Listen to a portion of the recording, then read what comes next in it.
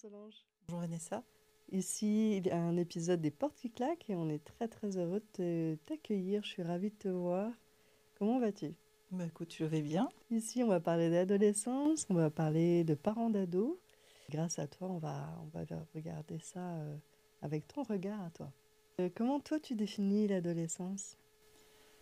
Le mot qui me vient, c'est transition. Hmm. C'est faire un pas et lâcher ce qui est derrière. C'est un des moments les plus importants de la vie, même si ce qui s'est passé avant est déterminant aussi et va déterminer aussi l'adolescence. Mais l'adolescence, ce qui est intéressant, c'est en anglais on dit teenager, donc c'est les teens, donc jusqu'à 19 ans. Mais en français, il n'y a pas comment dire, ce repère-là. Et je me suis demandé un jour, mais qu'est-ce qui fait qu'on n'est plus adolescent Mhm. et qu'on devient adulte en fait, parce que c'est ça, c'est le passage de l'un à l'autre. Et il y a des moments même où on est encore les deux pendant un temps, notamment quand il y a des études, quand il n'y a pas encore l'argent qui rentre par un métier, etc. Et justement, c'est d'amener la différenciation jusqu'au moment où la personne peut exister en autonomie financière, de par le lieu où il habite, etc. Donc, ça va être ça. Il y en a à 16 ans déjà, ils font des apprentissages et ils vont tout de suite, très rapidement gagner leur vie et entrer dans le monde du travail. Et là, l'adulte est là à gérer. Et d'autres vont faire des études jusqu'à 30 ans. Alors, ça ne veut pas dire qu'ils ne sont pas adultes pendant leurs études, mais il y a toute une transition, en fait. C'est un espace de transition. J'aime bien ce que tu décris comme espace et puis comme transition. Ça donne vraiment une dynamique de mouvement. Mm. J'aime beaucoup cet aspect dynamique que tu proposes pour regarder ensemble l'adolescence. Ouais. Comment t'étais toi ado? Moi, j'étais perdue. J'étais perdue dans mon Hmm.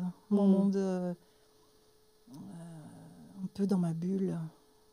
Et après, j'ai compris pourquoi plus tard, en travaillant sur moi. Mais je lisais énormément. J'étais dans cette bulle de livres. Euh, j'étais, en fait, j'étais très décalée, mais du fait de qui j'étais dans mon fonctionnement, j'ai découvert il n'y a pas très longtemps que, en fait, je me suis fait tester et je suis en fait HPE, HPI. Donc je l'étais à une époque où ça ne se définissait même pas. Et, euh, et donc j'ai eu à m'intégrer. Et j'ai trouvé des stratégies. Voilà, Super. des Comment stratégies. tu te définirais aujourd'hui si je dis j'ai envie de te présenter un peu à nos auditeurs avant qu'on avance un peu plus loin? Alors, souvent, la définition de soi-même passe par ce qu'on fait dans la vie, très Oui. souvent. Ok, je vais pouvoir le faire aussi. Mais là, ce qui me vient, c'est que si je devais me définir, je dirais que je suis une aventurière Mhm. qui a la trouille et qui gère sa trouille. Ok. Voilà, J'ai peur mais j'y vais. J'ai peur mais j'y vais. c'est Super. ça.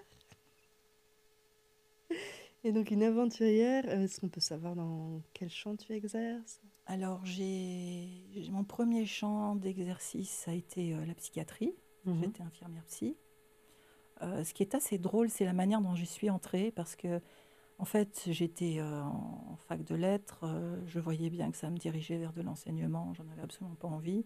Enfin, lettres et langues.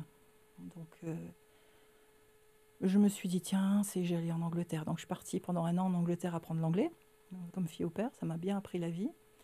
Et puis, quand je suis rentrée, j'ai vu que c'était encore pire. Donc, je ne savais vraiment pas quoi faire. Et j'ai rencontré quelqu'un qui faisait des études d'infirmier psy et qui m'a dit, mais écoute, c'est génial, t'as qu'à venir, le concours est pas trop compliqué et on écoute les gens et ils vont mieux. Et je Hmm. me suis vue, j'ai vu une image où j'étais dans un bureau comme une psychologue et j'écoutais les gens et ils allaient mieux. Et je suis donc, j'ai passé le concours, je l'ai eu. J'ai bien vite vu qu'il m'avait vendu du rêve, parce que le rôle infirmier à l'époque, c'était vraiment pas ça. Mais les 15 dernières années de ma carrière, j'étais dans un bureau, détaché de mon équipe, et je faisais des accompagnements.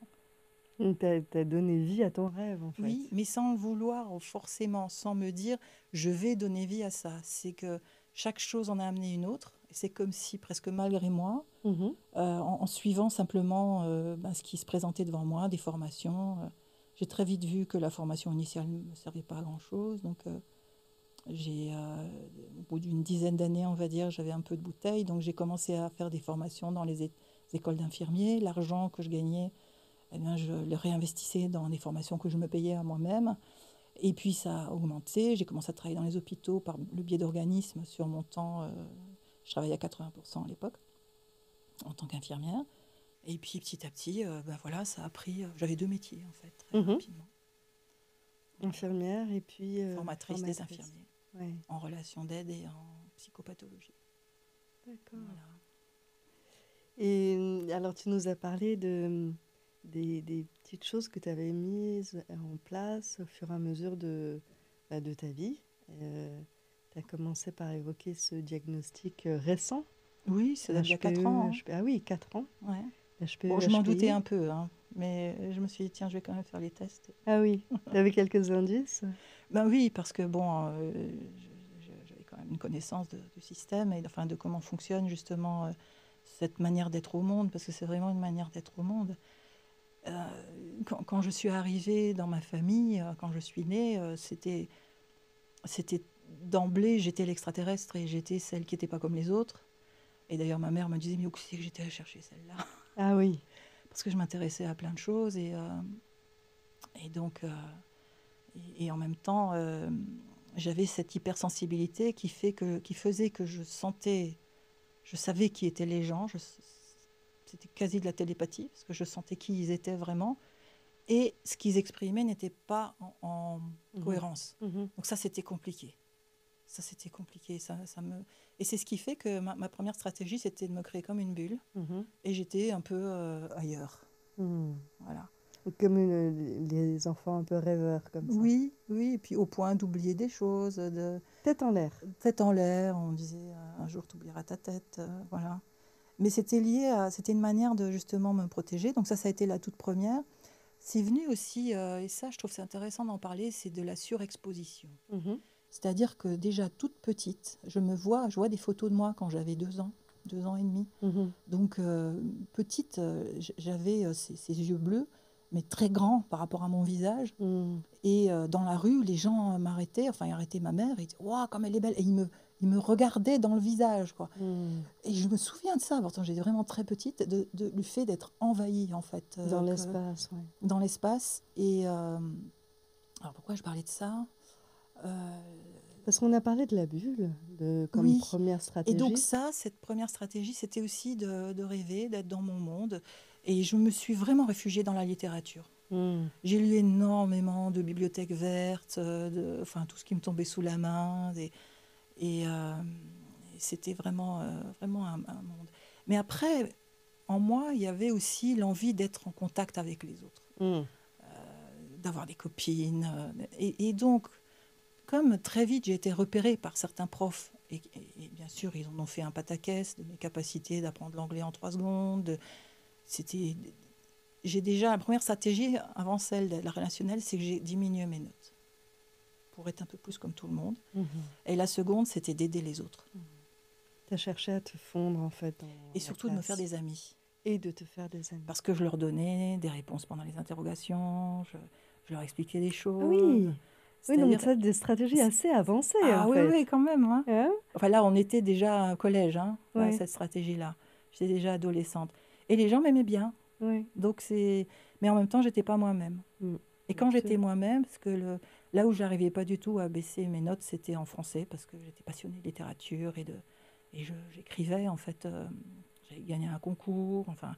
Et ça aussi, au niveau de l'exposition, il faudrait que j'en parle. Et du coup, là, il fallait que je gère comment dire... en fait, les profs étaient tellement contents d'avoir une élève qui était, entre guillemets, parfaite, parce qu'elle Mhm. savait, elle arrivait à faire ce qu'ils demandaient, etc., que, ben, que pour moi, c'était compliqué. Mais Mhm. comme, par ailleurs, j'aidais mes compagnons, enfin, tout le monde, donc ça passait. Mhm. Hein, c'était juste dans quelques matières, en fait, Mhm. l'anglais et le français. Donc cette impression finalement assez jeune que d'être différente ou d'être distinguée des autres, c'était une situation peut-être moins enviable que Ouais. de faire partie du groupe? Aujourd'hui, je suis très heureuse d'être comme je suis, Mhm. parce que ça me permet vraiment bien de naviguer dans le monde. Mais quand j'étais enfant, j'aurais eu besoin de soutien. Oui. Mes parents, ils géraient comme ils pouvaient. Je me suis sentie aimée, ça c'est Mhm. le principal. Mais ils m'ont beaucoup laissé me gérer toute seule. Mhm. Genre, j'ai fait ma rentrée des classes à 4 ans dans une nouvelle ville, donc à la maternelle, toute seule. Mhm. Ma mère m'a montré le chemin, m'a dit demain tu iras là. Voilà, toutes mes rentrées des classes. Alors on peut se dire, oui, c'était dur. Oui, c'était dur, mais je l'ai géré au prix d'angoisse. Hein. Mais ça a donné qu'aujourd'hui, je peux me débrouiller dans n'importe quelle situation. Mhm. Et j'avais un superviseur qui était vraiment très très chouette. Et il nous a dit un jour, en fait, les parents parfois perçoivent une compétence interne chez l'enfant et intuitivement, ils vont lui permettre d'aller vers ça. Et quand je regarde qui je suis aujourd'hui, je suis très autonome et très indépendante. Mhm. J'ai horreur de me mettre dans des cases et des moules si je ne les ai pas choisis. Mhm. Et en fait, ben, je crois ils ont fait ça aussi comme ça. Après, moi, émotionnellement, j'avais pas forcément la manière de gérer. Je disais tout à l'heure, j'avais gagné un concours. Quand j'avais 14 ans, j'ai gagné un concours. Il y avait une rédaction à faire sur... c'était le thème de la guerre de la 39-45. Enfin, il y avait un sort d'anniversaire. J'habitais dans l'Est de la France. Hein. Et j'ai fait, fait une rédaction comme tout le monde dans la classe, toutes les classes de 4e, 3e.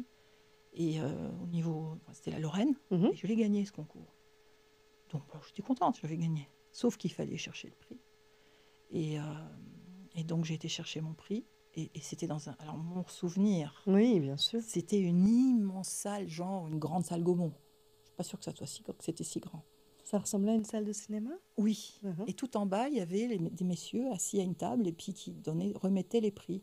Et dans l'ordre décroissant, en fait. Mhm. Donc, à la fin, ils m'ont appelé moi. Et je me souviens, j'ai encore cette image de mes parents assis à côté de moi, complètement dépassés. Mon père hyper fier. Mhm. Mais il ne me regardait pas. Et moi, j'étais là toute seule, mais je vais devoir descendre comme tout le monde. Et je me souviens, tu vois, je t'en parle, j'ai dans la tête encore ce moment où je descends chercher mon prix, où ce monsieur qui était en larmes me dit vous écrivez de bien belles choses, mademoiselle, continuez toujours d'écrire. Mhm. Et il m'a remis mon prix. Alors, mon prix, c'était génial, c'était les œuvres complètes du général de Gaulle. Waouh. C'était sympa pour Pour une de ado, 14 ans. pour une ado de 14 ans, Oui, c'était bon, tout enfin un bref. programme. Mais ce que je retiens de ça, c'est cette exposition. J'avais peur, en fait. Et personne n'a eu la parole. En tout cas, mes parents ne percevaient pas qu'il y avait besoin de ça. Quand tu parles d'exposition, au fond, tu témoignes de situations où le regard des autres, et en tout cas le regard que l'autre peut poser sur toi, était questionnant, interrogeant, peut-être pouvait te mettre mal à l'aise. C'est plus la quantité de regards. Hein, je parlais tout à l'heure quand j'étais petite. Oui. Là, c'était une personne en face qui rentrait dans ma bulle. Mm. Et je ne savais même pas ce qu'elle voulait, cette personne. J'avais 2 ans et demi, 3 ans. J'avais aucune capacité d'analyser ça. Mm. Et quand j'avais 13, 14 ans, là, c'était plus d'être le point de mire. Mhm. Et je ne supportais plus d'être le point de mire. Donc, je faisais tout pour ne pas l'être. Et là, ben, j'avais pas le choix. Enfin, si, j'aurais eu le choix de ne pas y aller. Mhm. On a toujours le choix de quelque chose. Mais j'y suis allée. Et le pire aussi, c'est que le lendemain, le journaliste local est venu faire une photo de moi à la maison pour mettre donc un petit article. Et il tenait son appareil photo au niveau du ventre. Mhm. Tu sais, ces appareils qui sont là. Et il me dit, fais un sourire. Et moi, je le regarde lui. Donc, on m'a vu sur une photo, j'étais comme ça, avec la tête. On t'imagine une ado qui a une photo où elle a l'air complètement allumée dans un... Oui, oui. Ça, tu vois, dès qu'on allait là-dedans, ça a été plusieurs événements qui ont fait que quand je suis en petit groupe, quand je suis comme là, tout va bien. Mhm. Alors aujourd'hui, bien sûr, je peux gérer tout. Je peux gérer les grandes situations. J'ai déjà fait des conférences, parce que comme j'écris des livres de psy pour les éditions Elsevier, donc 300 personnes, ça va. Mm. 500, j'ai dit non. J'ai fait une fois, j'étais tétanisée. Parce que 500, je ne voyais même plus les têtes des gens. Mm. Au fond, quand ça dépasse une certaine intensité, un certain C'est ça. nombre de regards, il y a quelque chose qui devient malaisant. Ouais. Et ce qui est intéressant, c'est que ça a augmenté avec l'âge, en fait. Et si je devais faire dire qu'est-ce qui a fait la différence, Mhm. ah ben, c'est aussi mon métier. Pendant 25 ans, j'ai travaillé en psychiatrie et j'ai beaucoup travaillé sur moi. Quand je me suis mise à accompagner les personnes en individuel, ben, bien sûr, il fallait que je travaille sur moi, donc j'ai fait une psychothérapie auprès de 3 personnes différentes. Donc ça m'a appris aussi à comprendre et à gagner de la confiance. Mm. Je trouve que ce qui est important aussi, c'est de comprendre ce qui se passe. Mhm. Ce dont j'aurais eu besoin quand j'avais... déjà petite, c'est qu'on ne me mette plus comme ça en expo, hein, qu'on me protège en disant non, non, laissez ma fille tranquille. Mm. Mais en tant qu'ado, c'était qu'on m'explique ce qui se passe. Parce qu'en fait, en soi, ce n'est pas un problème de fonctionner comme je fonctionnais. Mhm. C'est juste que moi, j'avais l'impression que je n'étais pas normale. Mm. Et donc cette manière particulière peut-être dont les connexions se font, dont la pensée s'organise, le rythme, la notion d'intensité, tous les seuils d'excitabilité qu'on retrouve dans les profils HPE, HPI. Tu dis aujourd'hui, ben, à l'époque, j'aurais bien aimé qu'on m'explique un peu tout ça. Oui. Avec peut-être des tips, avec peut-être des modes d'emploi ou des modalités pour finalement faire de cette très grande sensibilité un atout. Ben, oui, et c'est surtout ce que j'ai pu faire, c'est-à-dire de façon très intuitive, parce que jamais j'ai réfléchi à tout ça avant, on va dire, à peu près une vingtaine d'années. J'ai vraiment commencé à comprendre tout ce qui se passait. Mais c'est important d'expliquer les choses en fait aux adolescents. Et le métier que j'ai fait, donc je disais que pendant 25 ans, j'ai travaillé en psychiatrie, j'ai approfondi, j'ai eu à un moment donné, beaucoup de choses se sont alignées. Et j'ai eu un superviseur qui était vraiment génial et qui a appris à penser en fait les choses, penser le soin. Et j'ai commencé à accompagner en individuel des gens vraiment, vraiment malades, très malades, et les voir avancer avec justement de voir une personne qui était vraiment dans un état terrible et qui va mieux, et puis qui me dit mais vous savez Solange, j'ai eu une vie horrible avec des événements horribles, mais je ne changerai rien parce que ça fait que je suis devenue la personne que je suis. Et je trouve que c'est très juste ce qu'elle dit. C'est qu'à un moment donné,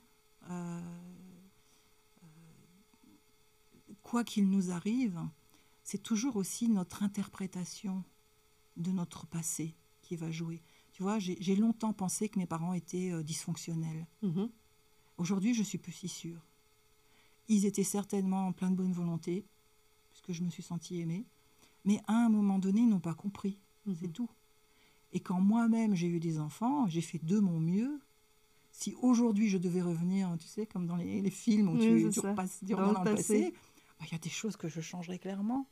Parce qu'il y a des choses que j'ai reproduites intuitivement, enfin pas intuitivement, sans le vouloir. Bien sûr. Parce que justement, le problème, c'est que nous n'avons pas conscience de certains fonctionnements. Et quand j'ai eu mes enfants, je n'avais pas encore fait tout ce travail sur moi. Et sans aller loin dans les détails, parce que je n'ai pas envie de parler de mes enfants, c'est leur histoire et je souhaite respecter ça. Mais j'ai vécu une absence de présence de mes parents dans la, on va dire, une forme d'absence, à qui j'étais vraiment. Et d'une autre manière, je les reproduis. Alors, mes enfants sont très bien développés, ils sont très heureux, enfin, on discute beaucoup, tout va bien, enfin, on va dire. Mais il y a à faire le deuil du parent parfait, déjà. Et l'important, c'est, moi, je dirais, par rapport aux enfants et aux ados, c'est de ne pas lâcher l'affaire. En fait.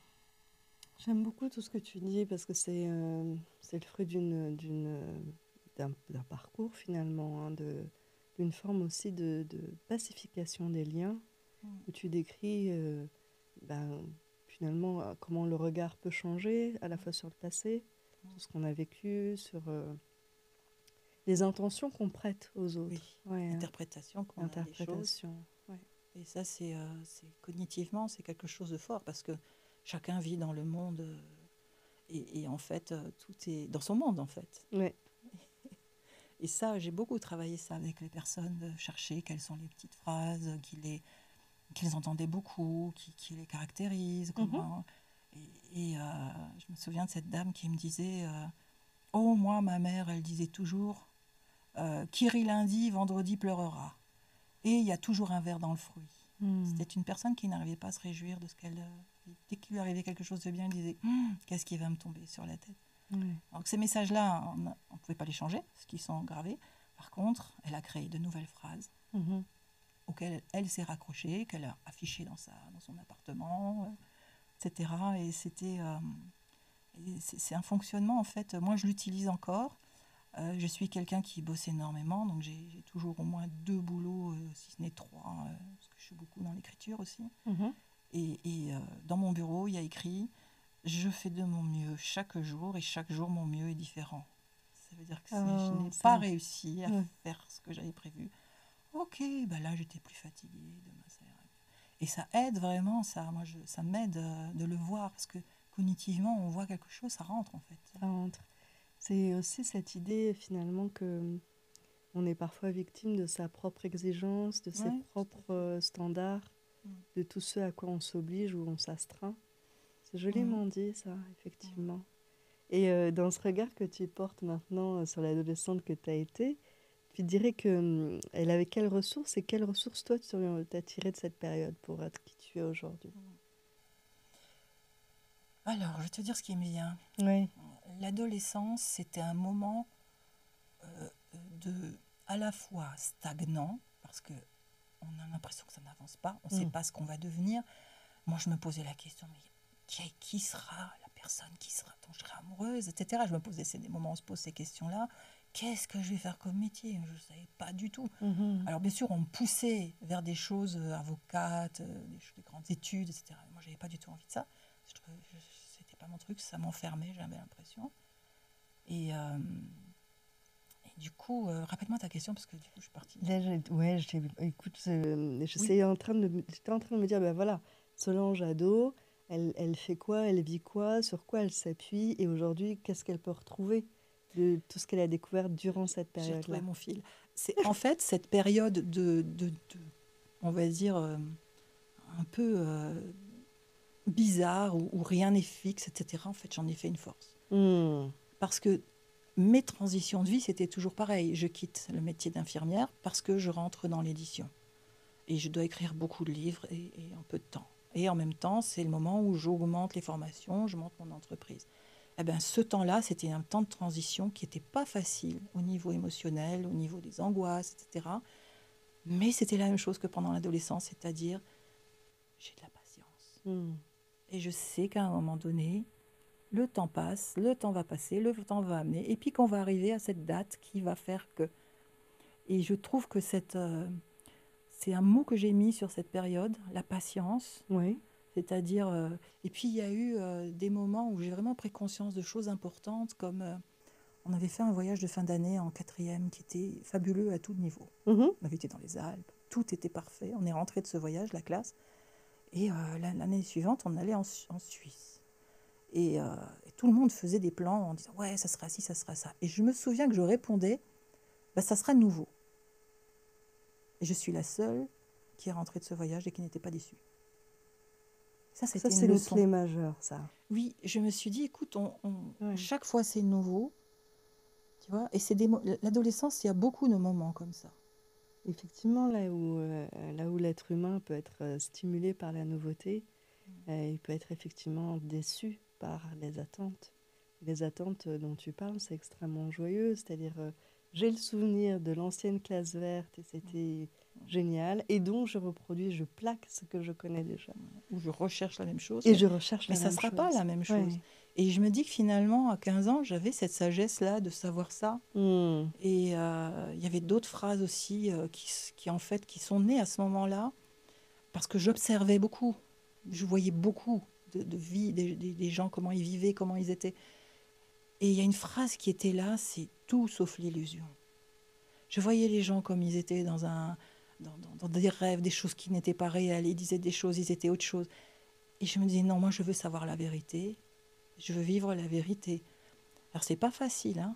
C'est pas facile et en même temps, tu sais, j'aime beaucoup ce que tu dis là parce que c'est un des aspects dont on parle très peu. Pourtant, c'est l'un des aspects les plus clairvoyants et lucides de l'adolescence. Cette espèce de regard acéré et nouveau, justement, Mm, que l'ado porte et qui est parfois un peu difficile à vivre pour les mm, parents.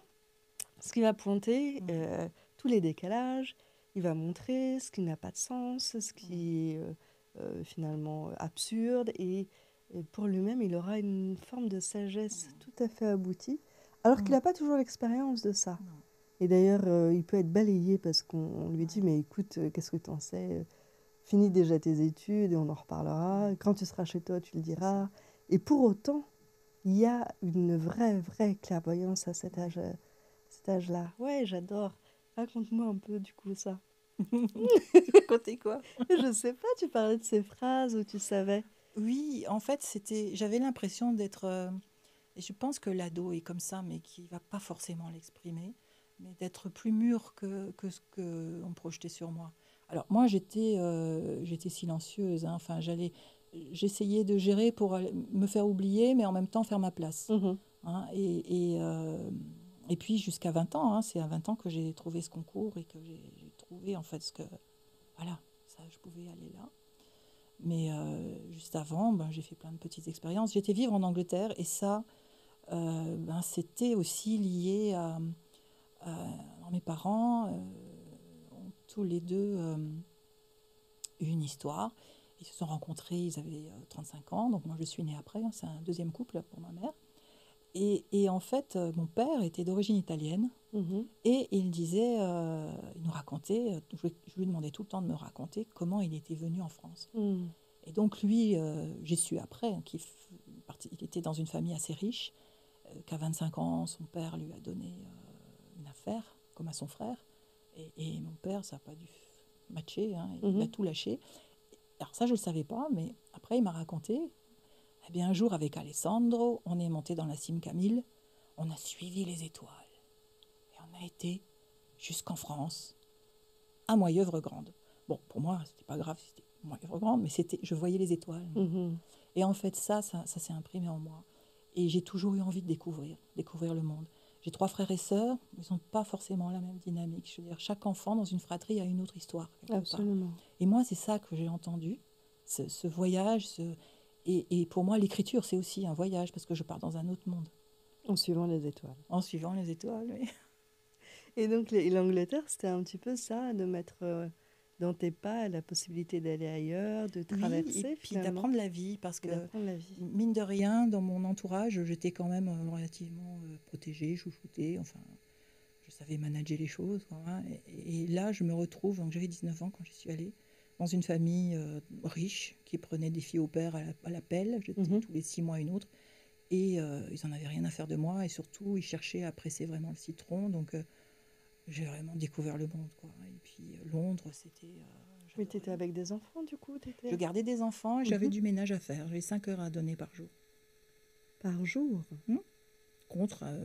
Et j'avais aussi de l'argent. Je me souviens, j'avais 120 livres par. Combien? Par semaine? Je sais plus. Passer Enfin, le citron, oui, ça sonne assez juste, hein. oui, mais en même temps, ça m'a appris. Ça m'a Oui. appris. Alors, j'ai pas osé me positionner comme j'aurais dû. J'aurais dû mettre plus de cadres, etc. Je savais pas faire ça à l'époque. Mhm. Ça, c'est mon métier d'infirmière qui m'a appris à le faire. À me poser du cadre parce que la personne en a besoin. Mhm. De façon juste. Mais oui, adolescente, ça, c'était la fin de l'adolescence, je pense, parce que là, j'étais confrontée déjà à des choses très concrètes où j'étais seule et je devais me débrouiller. Et puis l'année d'après, les études d'infirmière psy étaient payées, j'avais le SMIC. Donc c'est le moment où j'ai quitté la maison et j'ai pris mon envol, quoi. Oui, il y avait une possibilité Ouais. d'autonomie une Il fois y a eu que tu avais... vraiment un moment qui a basculé. Mhm. C'est, Quand on pense ado, on pense ouais, les liens avec les parents, comment tu négocies pour sortir, ce que tu fais de tes journées, les activités. Je pense à l'ennui. Je te vois dans ta bibliothèque en train de lire et lire et lire, mais ça depuis l'enfance. Je me demande comment tu remplis tes journées ado. ado, déjà j'avais des copines quand Ah, même, hein, parce qu'il y avait 2 aspects. Il y a hmm. cet aspect où d'un coup je suis dans ma bulle et j'ai besoin de bulles tous les jours, donc je fais attention à ça tous les jours dans ma bulle, c'est-à-dire de ne plus être en connexion, en interaction, et d'avoir un moment de paix avec moi-même, on va dire. Mais il y avait aussi mes copines, et j'avais des très bonnes copines. Alors, pas Hmm. énormément, j'en avais au moins une qui est toujours dans ma vie d'ailleurs en tant que meilleure copine. Et, euh, et on allait découvrir le monde. Et l'éducation que j'ai eue, c'était assez bizarre parce qu'en fait, mes parents me faisaient confiance. Mais ils avaient raison, parce que je n'ai jamais fait de grosses bêtises, enfin. Mhm. Mais je me permettais de faire plein de choses et d'explorer des choses. Donc, c'était quand même une vie déjà d'aventure, Oui, où j'allais, voilà. le goût de la Et puis découverte, surtout, l'exploration. bah oui, surtout, ce qui a été primordial pour moi, ce moment entre 15 et 18, c'est que... Non, c'était 17 et 19, c'était juste avant que je parte en Angleterre. C'est que j'ai rencontré 2 femmes qui avaient toutes les deux 35 ans. Donc à ce moment-là, dans la ville où j'habitais, s'est créé des scouts. Le maire voulait créer un groupe de scouts. Et il a demandé à des jeunes s'ils voulaient. Et moi, du coup, j'étais chef ten scout pour des petits garçons. Mhm. Donc pareil, ça c'était une sacrée aventure, hein, parce qu'il y avait aussi les grands. Je partais aussi parfois, souvent avec les grands. Et à ce moment-là, comme j'étais seule chef ten, donc mon amie Véronique venait m'aider, ma meilleure amie, mais parfois il y avait 2 mamans qui venaient. Mhm. Et elles s'appelaient Mylène et Danielle. Et j'ai passé un temps fou avec ces 2 dames. Mhm. Parce que ma maman, c'était quelqu'un de casanier. C'était quelqu'un qui sortait pas de sa maison. Elle sortait, elle habitait dans une ville de, on va dire, 10 000 habitants. Mhm. Elle Mhm. connaissait que quelques rues. Pour moi, c'était pas un modèle, Mhm. hein, même si c'était ma mère. Et donc, ces 2 femmes, ah oui, là, j'ai trouvé...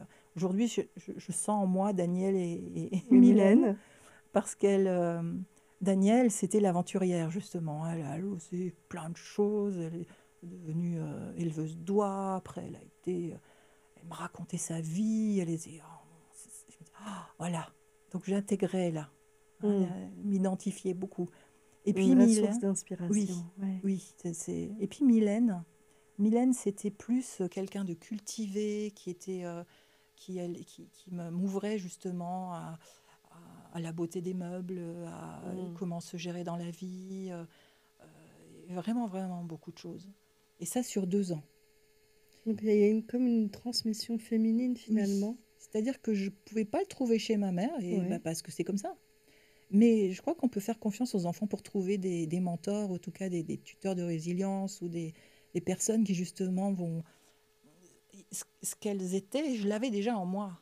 Bien sûr, Et c'est pour ça que j'ai été vers ça, pour me l'approprier quelque part. bien sûr. Et puis Donc, pour le recevoir. oui, tout à fait. Mhm. Tout à fait. C'est marrant de reparler de ce passé-là. Ça m'émeut et en même temps, ça m'émeut dans le bon sens. C'est-à-dire que j'ai une sorte de tendresse pour la Solange de cette époque qui quand même a bien géré le truc, quoi. Même si au moment où j'étais adolescente, j'avais l'impression de ne rien gérer. Tu parlais de... T'as tout de suite dit, j'étais perdue. J'étais Oui, perdue ou je me sentais je perdue? me sentais Oui. perdue. Souvent, mais aussi à cause du décalage. Mhm. Parce qu'il y avait un degré où je ne pouvais pas discuter avec les gens. Parce que ma pensée allait beaucoup plus vite que la leur. Et j'ai très vite compris qu'il ne fallait pas que je dise « mais oui, mais il faut aller là ». Parce qu'eux avaient besoin de poser le truc. Donc je m'ennuyais aussi beaucoup. Donc tu avais une espèce d'accélérateur et Mais puis tu oui, prenais le pas de l'autre. et c'est simplement des fonctionnements différents. C'est pas mieux ou moins bien, mais c'est juste que je me sentais seule. Mhm. Et aujourd'hui, l'adulte que je suis, j'ai appris à m'entourer de gens comme moi. Enfin, pas beaucoup, mais j'ai Karina, j'ai d'autres personnes, Sylvia, etc. Des gens qui pensent vite. Mhm. C'est-à-dire, on peut avoir des conversations et partir sur la comète, quoi. Mhm. Et je me souviens, un jour, j'étais Karina, donc une de mes amies qui est aussi thérapeute. On discutait et puis mon ex-mari était là et il rentre et puis il nous écoute un petit peu. Et puis il dit, je comprends rien. Parce qu'on n'avait même pas besoin de finir les phrases, on faisait des coq-à-l'âne, etc. Mais c'est comme si on était dans la tête l'une de l'autre. Mhm. Et ça nous permet d'aller très très vite. On était en train de créer quelque chose au niveau boulot. Et Et vous suiviez, ah oui, vous oui, étiez très à l'aise. Ouais. oui, parce que c'est une histoire de rapidité Mhm. et puis de pensée analogique en fait. Absolument. C'est pas rationnel. Et je dirais que par rapport à on va dire, ma manière d'être au monde, c'est ça que j'ai réussi à faire. C'est à mettre ce fonctionnement comme un fonctionnement normal pour moi. J'ai fait un jour un test sur pensée rationnelle, pensée analogique, hein, Mhm. cerveau droit, cerveau gauche. Normalement, quand vraiment on a beaucoup d'analogique, on a 40% quoi, comment dire, d'analogique. Mhm. Moi, j'avais 80% dans Mhm. mon fonctionnement. C'est-à-dire que même mon entreprise de formation, je ne la gère pas de façon rationnelle. Mhm. Et toi, autorisé à dire, bah, finalement, moi, je fonctionne comme ça, donc c'est la norme. Je ne suis pas, du coup, la personne atypique, mais je suis et je revendique ma norme. Alors, je l'aurais j'ai certainement pas pensé comme ça, mais là, quand tu me parles, ce qui me vient à l'esprit, c'est la quarantaine. Hmm. C'est le moment où, euh, dans la quarantaine, on va dire, hein, c'est le moment où j'ai quitté mon métier d'infirmière. C'est le moment où j'ai écrit mon premier livre de psy pour les éditions Les Évires, que je suis devenue. euh, on m'a fait appel à moi pour créer une nouvelle collection de livres. Voilà, où j'ai vu qu'à l'extérieur, il y avait une reconnaissance. Mhm. Parce que c'était quand même pas rien, les éditions. Voilà, à l'époque, ça s'appelait Masson. Aujourd'hui, c'est Elsevier, mais c'était des grosses éditions médicales. Et qu'ils me fassent confiance. Voilà, c'est ce moment-là qui a fait bascule. Et La reconnaissance oui, professionnelle. et surtout le fait que j'étais vraiment à l'aise et que là, je pouvais mettre en œuvre toutes mes capacités. En fait, c'était ça.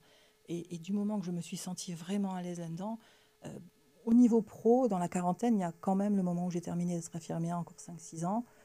C'est pareil, c'était un moment où les médecins ont fait confiance et j'étais détachée de l'équipe. Mhm. Et voilà, c'est le moment où j'ai pu pleinement, mais parce que je l'avais construit aussi. Hein, petit à petit, j'ai pas cherché à m'imposer, mais petit à petit, les choses voilà, se sont mises en place et ça a été vers ça. T'avais des idoles, toi, des stars, des gens qui étaient placardés sur tes murs dans ta chambre, ado? Pas tellement, non. J'étais tellement dans les livres que en fait, pour moi, j'écrivais des histoires dans ma tête. Hein. C'est pour Hmm. ça que je suis devenue romancière maintenant, que j'écris des romans pour ados. Hmm.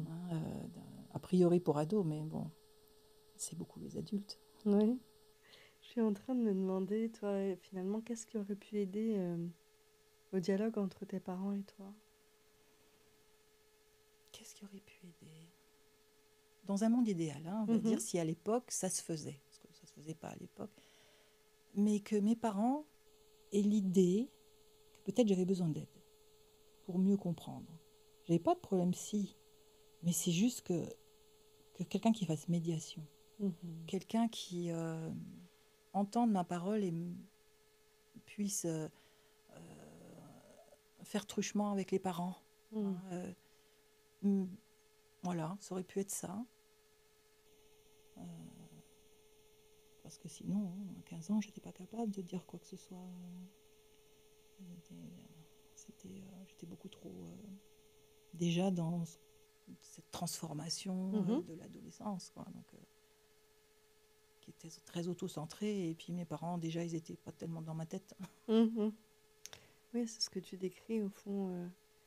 Peut-être un thérapeute qui aurait pu faire le lien entre ce fonctionnement-là. Tu parles de connaissance de soi aussi, hein. Oui, Pas uniquement de thérapeutique, tu parles aussi d'une forme de connaissance de soi oui, et parce que d'une médiation entre thérapie, les j'en deux. avais pas besoin. J'avais pas de trouble psy. C'est ça. C'était plus des difficultés de fonctionnement et de me trouver moi-même. J'ai dû me débrouiller seule. Et Mhm. j'ai réussi à le faire. Bien Puisque, sûr. voilà. Mais oui, ça serait à vrai dire, je ne sais pas vraiment répondre à ta question parce que j'ai du mal à me projeter dans le passé avec cette question-là parce que c'était pas trop possible. Donc j'ai du mal à l'imaginer. Hmm. Parce que Et aujourd'hui, qu'est-ce que tu as identifié qui pourrait aider aujourd'hui entre un parent et un ado? Comment tu vois les ados d'aujourd'hui? ben, en fait, c'est un peu dur de répondre à une question aussi large, mais ce qui me vient, c'est bon, j'ai eu à accompagner certains ados hein, dans mon travail. Et ce que je disais aux parents, c'est que il faut qu'ils gardent la corde, qu'ils tiennent la corde. Hmm. L'enfant, enfin l'ado a besoin de ça. Il va être horrible, il va dire des horreurs à ses parents, mais parce qu'il a besoin de les déboulonner de leur piédestal, c'est tout. Hmm. Et il faut tenir le mieux qu'on peut, le cadre qu'on peut, etc. De toute façon, ça ne sera jamais bien. Et c'est normal que pour l'ado, ça n'aille pas bien, puisque lui, il est en train de se chercher. Il est dans cet espace de Et donc, transition. l'important, c'est de ne pas lâcher l'affaire, en fait. Hmm. De ne pas lâcher l'affaire. Et quoi qu'il arrive, même avec l'impression que le parent a l'impression qu'il fait n'importe quoi et puis que ça ne marche pas, Mhm. l'enfant se rendra, enfin l'ado se rendra compte plus tard que son parent, il a quand même été là. Voilà, Être là. c'est ça. Avec quoi on peut terminer cet échange? Oh, je Déjà sais très pas. riche, on a tellement abordé de sujets rapides, Oui. mais merci, merci pour ça. Comment terminer? Moi, je dirais, ce qui me vient là, c'est l'importance, c'est d'écouter. Mhm. Euh, Bien souvent, le parent a besoin d'amener des réponses, parce qu'il est parent. Mais le jeune et l'enfant, parfois, a simplement besoin d'être écouté. Et j'ai vu il n'y a pas longtemps, j'étais assisté à une scène, c'était dans un café, et puis il y avait des parents avec un ado.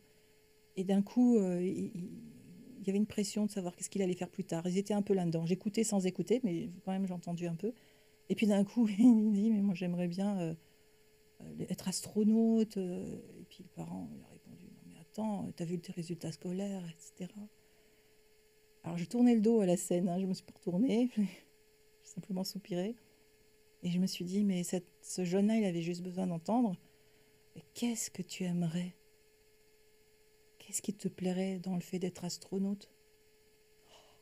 Et là, c'est pas parce qu'il dit que j'aimerais être que ça veut dire qu'il va faire des études pour. C'est qu'il y a quelque chose qui s'exprime du jeune. Et le fait de lui dire qu'est-ce que tu aimerais, comment tu te sentirais, etc., bah, ça amènera peut-être ce jeune-là, finalement, déjà, il va être entendu, ça va lui faire un bien fou. Et ça va l'amener peut-être plus tard à devenir astrophysicien ou simplement photographe des étoiles, ou peu importe.